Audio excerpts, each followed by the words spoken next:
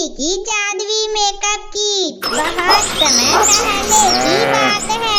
राघवपुर नामक एक गांव में श्वेता अपने माता पिता के साथ रहती थी। श्वेता के माता पिता आधुनिक विचार वाले थे। श्वेता बचपन से ही बहुत ज्यादा सुंदर दिखती थी। उनके नीले आंखें एवं सुंदर लंबे बाल को देखकर बहुत सारे लड़का फिदा हो जाते थे। श्वेता को बचपन से ही मेकअप का बहुत ज्यादा शौक था। वो हर रोज अलग अलग तरीके से मेकअप करती थी और वह अपनी सुंदरता को और बढ़ाने की कोशिश करती थी।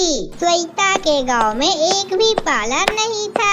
श्वेता के माता पिता श्वेता को ब्यूटी पार्लर का कोर्स करने बाहर शहर भेज देते हैं। श्वेता शहर जाकर बहुत अच्छे ब्यूटी पार्लर में मेकअप करना सीख लेती है। वो 6 महीने में पूरी तरह से सारी कोर्स सीख जाती है। श्वेता जब वापस आती है तो वह अपना एक ब्यूटी पार्लर खोलने की कोशिश करती है। श्वेता के अच्छे ब्यूटी पार्लर के कारण सभी लोग गांव के उसी के ब्यूटी पार्लर में आने लगे। अब श्वेता की अच्छी कमाई भी होने लगी। अब गांव वाले को दूसरे गांव में मेकअप करवाने नहीं जाना पड़ता था। वे सभी श्वेता से ही अपना मेकअप करवाने लगे। यह देखकर गांव के पास की मेकअप वाली श्वेता से बहुत जलने लगती है, क्योंकि उसका पार्लर अब बिल्कुल भी नहीं चलता था। श्वेता के मेकअप अच्छे होने के कारण उसके पार्लर में बहुत दूर दूर से लोग आने लगे। वो अपनी मेकअप की टैलेंट से बहुत ज्यादा मशहूर हो चुकी थी। एक दिन उस गांव के राजा के सैनिक आकर अनाउंस करता है, सुनो सुनो सुनो, अगले माह राजकुमार की पुत्री की शादी है। उसमें उसकी पुत्री की जो सबसे अच्छी मेकअप करेगी उसे मुँह मांगा दान दिया जाएगा। इसलिए राजा साहब का हुक्म है कि सभी मेकअप वाली अपनी मेकअप की सामान लेकर कल राजकुमार के महल में आ जाना।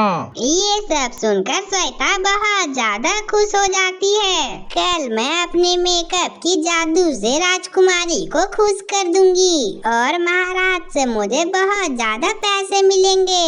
अगले दिन दूर दूर से उस राजमहल में सभी पार्लर वाली आ जाती है। सभी एक एक करके राजकुमारी को प्रसन्न करने की कोशिश करती है और श्वेता भी मेकअप करके उसे खुश करने की कोशिश करती है। श्वेता के मेकअप के बाद जैसे ही राजकुमारी अपना चेहरा शीशे में देखती है तो वह खुशी से मुस्कुराने लगती है। राजकुमारी अब पहले से बहुत ज्यादा सुंदर दिख रही थी। श्वेता, तुम्हारे हाथों में तो जादू है। तुम्हारे मेकअप के बाद मैं कितना सुंदर दिख रही हूँ। ये लो तुम्हारा इनाम और मेरे शादी में तुम मेकअप करने जरूर आना। जी राजकुमारी जी, ये मेरा सौभाग्य होगा कि मैं आपके राजमहल में आपका मेकअप करने आऊंगी। वही दूर खड़ी महिमा अंदर ही अंदर ये सब देखकर बहुत जल रही थी। पता नहीं इस राजकुमारी को क्या दिख गया इस मेकअप वाली में। मुझे तो मेकअप करने का 5 साल का तजुर्बा है और ये नई नई मेकअप करने वाली क्या मुझसे अच्छा मेकअप कर पाएगी। वहीं श्वेता और सभी पार्लर वाली अपने अपने घर चली जाती है। अब ऐसे ही दिन निकल रहे थे और आज राजकुमारी का शादी का दिन होता है। श्वेता अपनी मेकअप किट को लेकर राजमहल की तरफ जा रही होती है। तभी उसके सामने महिमा मेकअप वाली आ जाती है और उसके मेकअप किट को उठाकर पानी में फेंक देती है। ये क्या किया आपने महिमा आंटी?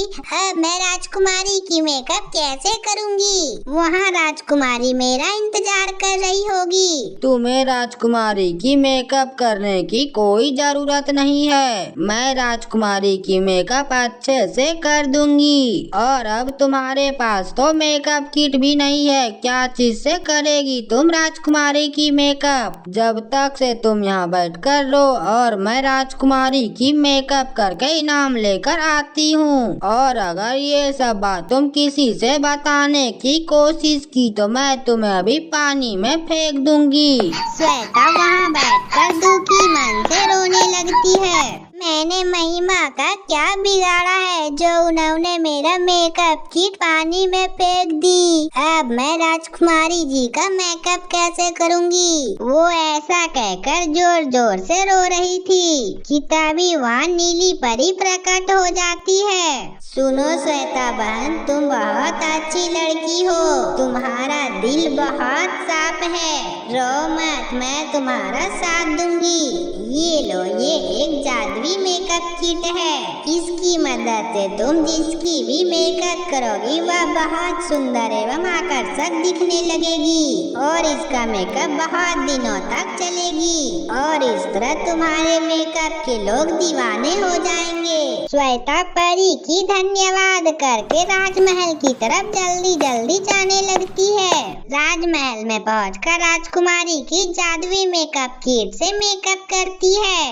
अब राजकुमारी बहुत सुंदर परी की तरह दिखने लगती है। राजकुमारी को श्वेता का मेकअप बहुत ज्यादा पसंद आता है। राजकुमारी खुशी खुशी शादी कर लेती है। शादी के बाद राजकुमारी श्वेता को अपने दरबार में बुलाती है और उसे बहुत सारा धन दौलत देकर अपना परमानेंट असिस्टेंट बना लेती है। श्वेता उस पैसे से एक बहुत अच्छा घर खरीदकर अपने परिवार वालों के साथ रहने लगती है और वह रोज रोज परी को याद करके उसको धन्यवाद देती है। और वहीं दूसरी तरफ महिमा पॉलर वाली को अपना गलती का एहसास हो जाती है और श्वेता से माफी मांगने उसके घर पर आती है और अब महिमा उसके घर पर आकर उससे बहुत माफी मांगती है। तो हमारे प्यारे दोस्तों, कैसी लगी हमारी कहानी? अगर अच्छी लगी हो तो वीडियो को लाइक करके चैनल को सब्सक्राइब करना न भूलें और मिलते हैं अगले वीडियो में। तब तक के लिए बाय।